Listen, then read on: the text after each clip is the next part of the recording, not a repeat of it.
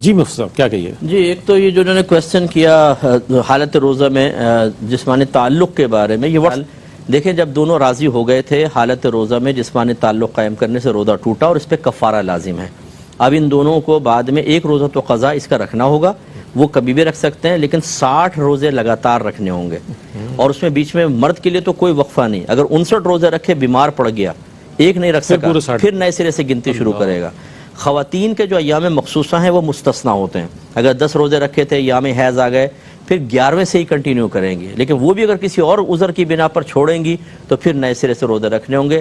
یہ جب تک اس کی طاقت رکھتے ہیں دوسرا کوئی حل نہیں ہے کہ اگر یہ چاہیں کہ چلو ہم فدیہ دے دیں، کچھ نہیں، ان کو روزے ہی رکھنے ہوں گے، شریعت نے لازم کیا ہے۔ اور اگر کوئی شخص ایسا ہے مریض کے لگاتار 2 مہینے کا روزہ رکھنا اس کے لیے پرابلم ہے، بہت ہی شدید بیمار ہے، سب سے پہلے تو ڈاکٹر سے مشورہ کرے کہ میں کر سکتا ہوں کہ نہیں۔ اللہ تعالیٰ ہمت دینے والا ہے، جب انسان کوئی گناہ کرتا ہے، جرم کرتا ہے، اگر خوف خدا رکھتا ہے تو دنیا میں کتنی بھی مشقت کیوں نہ ہو، آخرت کی مشقت سے بچنے کے لیے یہاں کی مشقت اختیار کرنا کوئی مشکل کام نہیں ہے۔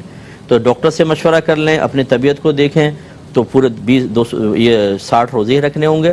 لیکن اگر ایسا نہیں ہو سکتا تو پھر ہر روزے کے بدلے ایک صدقہ فطر کی مقدار ہے، وہ ادا کر دیں تو پھر ہو جائے گا۔